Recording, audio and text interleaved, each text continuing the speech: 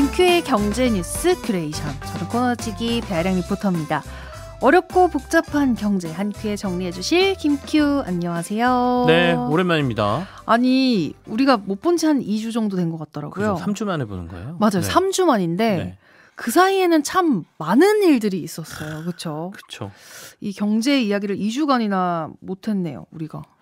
이게 또 시국이 시국인지라 네. 경제 얘기를 하는 것보다 더 중요한 일들이 워낙 많아서 네. 저희가 배아량 리포트를 한 2주 못 봤는데 사실은 금융시장도 난리였어요. 그랬죠. 네. 근데 뭐 금융시장은 어떻게 보면 병으로 치면 증상 같은 거죠. 그러니까 병의 원인은 따로 있고 이 원인 때문에 발생한 증상이 금융시장에 나온 여러 가지 혼란이라고 볼 수가 있으니까 그러니까 우리가 이제 병의 원인을 찾는 데 주력을 했다라고 볼 수 있고요. 그러면 이 증상들은 그래도 어쨌든 열이 나든 열도 낮춰야 되고 여러 가지 증상들도 잡아야 되니까 어떤 일들이 있었는지 오늘 조금 얘기를 해봐야 되겠습니다. 정신을 좀 차렸으니까요. 네, 오늘부터 이제 그럼 경제 얘기 좀 해볼 텐데 이 얘기 먼저 해볼까요? 네. 매일매일 들어가서 확인하는 게 무서울 정도예요. 환율. 이 네. 환율이 거의 1,450원 정도더라고요. 그렇죠. 그러니까 이제는 1달러를 사려면 은행에 네. 가서 우리 돈 1,450원 내야 된다라는 얘기지 않습니까? 그러니까 원화의 가치가 떨어지고 있는 겁니다. 원화가 약해지고 있는 걸 얘기하거든요. 비상계엄이 선포되기 전 달러당 원화 환율이 1,300원대였거든요. 물론 1,300원 후반을 가기도 하고 1,300원 중반 뭐 이렇게 움직이긴 했습니다만 우리나라 경제 성장률이 내년에 좀 하향되고 있었고 수출 내수 경기 침체 뭐 이런 얘기들이 계속 있었기 때문에 네. 상대적으로 원화가 좀 약세 환경에 있기는 했지만 그리고 또 트럼프 후보가 당선되고 난 다음부터 달러 강세가 나고 있었어요. 그래서 원화가 조금씩 약세 환경을 가고 있었는데 네. 여기에 이제 비상계엄이라는 말도 안 되는 일이 벌어지면서 완전히 환율이 1,400원 위로 훌쩍 넘어와 버린 상황이었단 말이죠. 이제는 이제 1,400원대 중반을 방어하는 것도 힘겹다라는 얘기가 좀 나오고요. 자칫 잘못하면 달러당 1,500원에 갈 수 있다라는 얘기까지 나옵니다. 그러니까 노무라 증권이 계엄 이슈 이전에도 내년 상반기 중에 원화가 약세를 좀 강하게 보여서 달러당 1,500원 갈 수도 있어요라는 전망 보고서를 내기도 했거든요. 네네. 근데 우리가 그때 이제 너무 간 거 아니야? 어떻게 우리나라 환율을 1,500원까지 보니? 라고 얘기했는데 이제는 그럴 수도 있겠네? 라는 생각을 조금 하게 되는 상황이 돼버렸죠. 그러니까 지금 전국 불안 그리고 전국 불안이 경제에 미치는 영향력 뭐 이런 것까지 감안한다라고 하면 굳이 뭐 1,500원이 안 된다라고 적극 방어하기도 좀 애매한 상황이다 이렇게 보여집니다. 진짜 궁금해지는데 이 1,500원 이 뭐라고 해야 될까요? 마의 경계선이라고 느껴지는 이 1,500원까지 네네. 갈까요? 물론 우리 환율이 1,500원 넘어선다 그래서 우리 경제가 뭐 아주 큰일이 나거나 이러지는 않는데 그렇다 한들 1,500원이 넘어가면 여러 가지 문제는 생길 수가 있습니다. 그래서 지금 현재 1,500원은 심리적인 저지선 정도라고 네, 저희가 네, 네. 보이거든요. 그리고 정부에서도 아마 1,500원을 넘어가지 않도록 여러 가지 뭐 밖에다가 구두로도 얘기하고 우리 경제가 뭐 튼튼합니다. 걱정하지 마십시오. 시장 적극적으로 개입해서 우리가 환율을 안정시키겠습니다. 이런 메시지를 던지는 거예요. 1,450원을 우리 원달러 환율이 넘어선 것도 지금 15년 만에 처음이거든요. 그러니까 2008년 금융위기 터지고 2009년도에 한번 1,450원을 넘었던 적이 있고요. 네. 그 전 사례를 찾으려면 IMF까지 가야 됩니다. 97년도에 1,400원을 훌쩍 넘어서 1,450원 그 이상으로 올라갔었으니까요. 그러니까 그런 만큼 되게 이례적인 현상이 지금 나타나고 있다라고 보는데 일단 정부에서나 뭐 경제 관련 많은 전문가 또는 경제학자들이 우리나라 현재 경제 체력이나 현재 외환 보유고 등을 감안했을 때 지금 1,450원도 원화 환율이 너무 많이 튀어 있다라고 네네. 얘기는 합니다.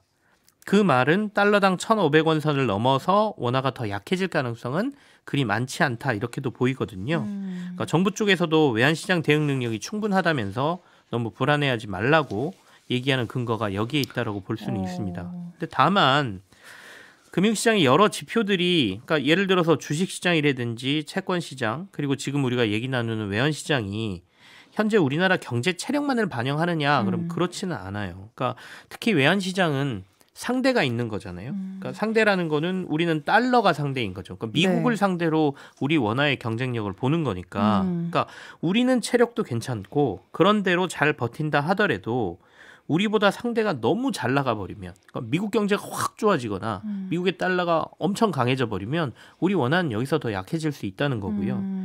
그리고 우리가 확 무너져도 상대적으로 미국은 가만히 있어도 우리 체력은 떨어지는 거니까 결국에는 환율이 튈 수 있는 거지 않습니까? 그러니까 이 상대에 따라서 어떤 일이 벌어지냐에 따라서 또 환율이 달라질 수 있기 때문에 그냥 마음 놓고 있을 수만도 없다 이렇게 보이거든요.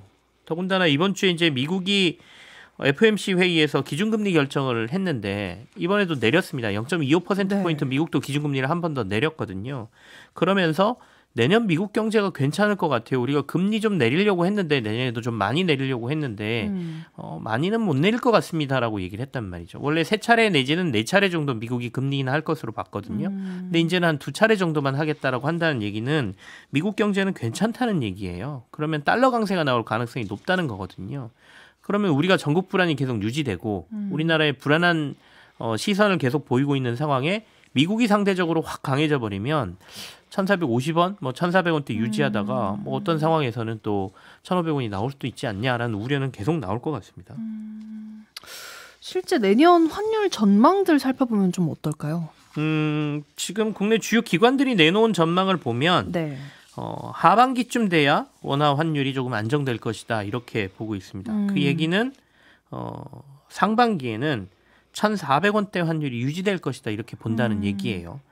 그리고 이건 이제 평균적으로 보는 거니까 상황에 따라서 아까 말한 대로 잠깐 1,500원을 뭐 찍는다든지 살짝 넘었다 내려온다든지 뭐 이런 상황이 벌어질 수도 있는 것이죠. 그리고 하반기에 들어서면 안정되는 환율이라는 거는 뭐 1,200원대, 1,000 뭐 이렇게 내려가는 게 아니라 네. 1,300원대 정도의 환율이 하반기에는 나올 수 있다. 그러니까 아예 원화 환율 레벨이 한 단계 위로 올라가서 그러게요. 조금 안정되는 상황을 생각해야 될 것 같은데요. 하반기에 안정된다는 근거는 한 2가지 정도로 보는 것 같습니다. 그러니까 트럼프 2기 행정부가 출범하고 나면 달러가 결국에는 지금은 강세지만 조금씩 약세 전환할 가능성이 있다라고 전망을 하고 있습니다. 그거는 트럼프 대통령이 여러 가지 정책을 내는 데 있어서 기본은 미국이 지금 무역 수지 적자를 굉장히 크게 보고 있는데 이걸 네. 축소하고 싶어 하는 거거든요. 그렇게 하려면 달러가 약해져야 미국이 밖에서 물건을 팔더라도 더 경쟁력을 높일 수가 있습니다. 그래서 전반적으로는 행정부가 출범한 초기에는 강하겠지만 하반기로 갈수록 달러는 약해진다. 그 얘기는 상대편에 있는 원화는 약세에서 조금은 강세 전환할 수 있다. 그래서 한 1,300원대로 내려올 수 있을 거다 이렇게 보는 거고요. 그리고 나머지 하나가 우리나라의 전국 불안이 설마 하반기까지 가겠어라는 것도 좀 담겨 있어요. 그러니까 아무리 늦어도 상반기에는 뭔가 매조지가 되고 이 불안감이 없어지면 밖에서 보는 이 불안한 시선도 잠재워지면서 하반기에는 원화 환율이 조금 안정되지 않을까 이런 기대감이 들어있는 전망이라고 보겠습니다. 어쨌든 한마디로 정리를 하면은 이 외환 시장이 빠르게 안정되기는 좀 힘들다. 네. 천천히 내년 상반기까지 1,400원대 환율이 유지될 가능성이 현재로선 높은 거죠. 그렇습니다. 그러니까 증시는 사실 이 12.3 내란 사태 이전 정도 수준까지 지금 조금 회복이 돼 있어요. 뚝 떨어졌다가 지금 좀 회복이 돼 있는 상태거든요.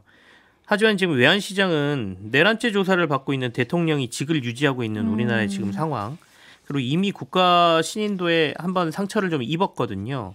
이 상황을 그대로 지금 외환시장은 반영을 하고 있다라고 봐야 되겠죠. 네. 근데 이런 고환율 상황은 국내에 뭐 다양한 문제를 이제 발생시킬 수가 있죠. 걱정거리들이 몇 가지 있습니다. 당장 수입품 가격을 높여놔요. 그러면 이제 나는 수입한 물건 별로 안 쓰는데라고 말씀하신 분들이 있을 수도 있는데 우리가 만드는 많은 물건들이 원자재를 수입하고 있지 않습니까? 그리고 전기를 생산하려면 뭐 석탄을 수입하거나 또는 원유를 수입해서 우리가 또 전기를 생산해야 되기 때문에 그런 것들이 다 가격을 올리는 요소가 되겠죠. 비싸게 사와야 되니까요. 그러면 물가를 자극하게 됩니다. 그래서 결국에는 환율이 이렇게 계속 약세를 유지하는 거는 우리나라의 물가를 자극하는 상황을 만들어낸다라고 볼 수밖에 없거든요.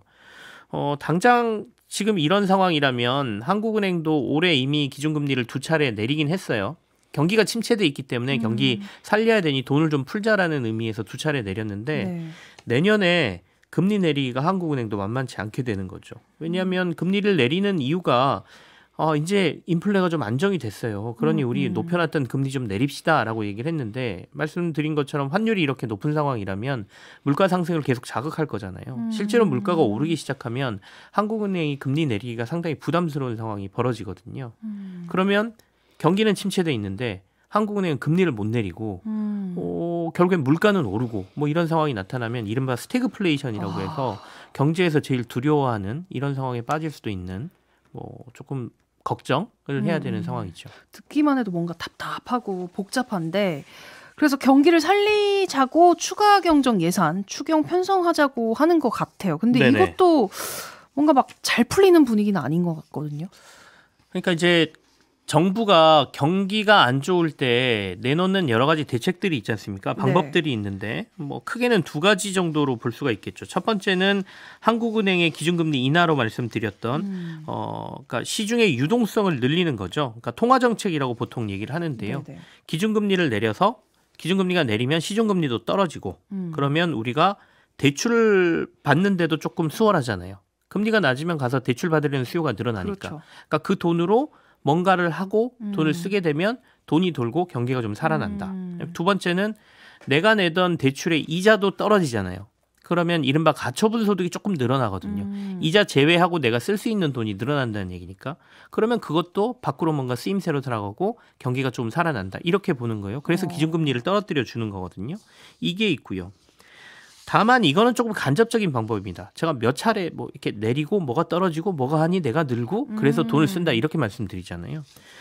보다 더 직접적인 방법이 아까 말씀하신 추경 같은 거예요. 그러니까 재정정책이라고 저희가 얘기하는데 정부가 직접 돈을 쓰는 겁니다. 뭔가 사업을 벌여서 거기다 정부가 돈을 그냥 쓰는 거예요. 그러니까 대표적인 게 미국이 대공황 시기에 뉴딜 정책이라고 있었어요. 그러니까 그런 게 이제 대표적인 거죠. 그러니까 토목공사 대규모로 벌리고 국책 사업하고 이런 거거든요.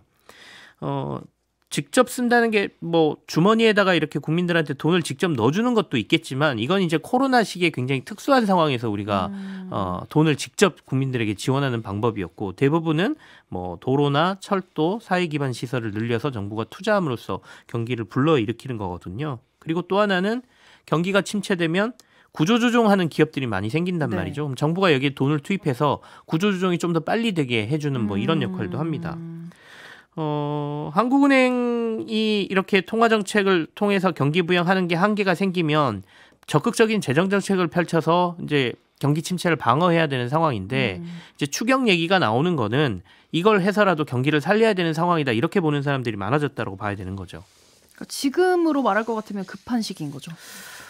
사실은 저 개인적인 의사를 물어보시면 조금은 추경을 급하게 해야 되는 상황이 아닌가라고 판단을 하고 있습니다. 그리고 많은 경제학자나 국내 경제연구소 등에서도 재정정책이 지금 필요한 시기다라고 얘기를 하고 있습니다. 그러니까 추경의 편성의 필요성을 얘기하는 거죠.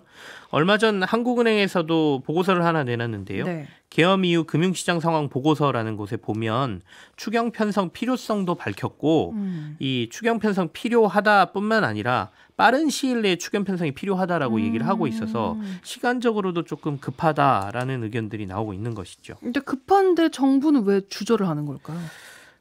사실 얼마 전 국회에서 열린 기획재정위에서는 최상목 경제부총리도 사실상 재정정책 확대에 동의는 했어요. 근데 이제 추경 편성에 대해서 동의한다 이렇게 발언하지는 않았거든요. 다만 이제 경제부총리도 재정정책 확대에 동의했고 그다음에 한국은행에서도 이런 보고서 내고 그러니까 사실상 연초에 추경 편성을 기정사실화하는 분위기였는데 이번 주에 여당 쪽에서 나온 얘기가 조금은 분위기를 약간 부정적으로 돌리는 것 같아요. 그러니까 여당 쪽에서 추경 편성을 민주당이 지역사랑 상품권 확대로 이용하려 한다라고 얘기하면서 부정적인 견해를 밝혔거든요.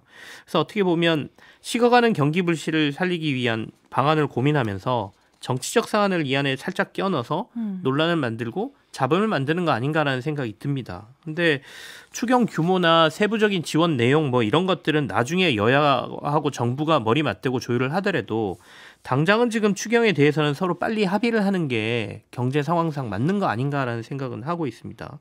그래서 전국 불안이 조금 이어지더라도 우리가 금융시장과 경제는 정치 상황과 별개로 제대로 된 시스템으로 돌아가고 있다는 모습을 밖으로 계속 보여줘야 우리 경제에 대한 불신감이 좀 떨어지거든요. 그래서 이런 상황에 계속해서 이렇게 정치적인 이슈를 경제에 넣는 것은 바람직하지 않는 모습이다. 그래서 조금 더 적극적으로 논의를 좀 해달라는 부탁을 드리고 싶습니다.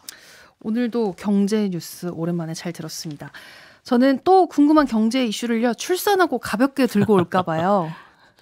곧 출산이시죠? 1월 초? 네, 그렇죠. 제가 곧 출산인데 빨리 출산하고 빨리 올게요. 잠깐만 기다려주세요. 순산하시고 네. 애국자로 다시 돌아오시길 바랍니다. 다둥이 둘째잖아요. 엄마로 네. 돌아오겠습니다. 알겠습니다. 지금까지 배아량 리포터와 함께했습니다. 고맙습니다. 네, 고맙습니다.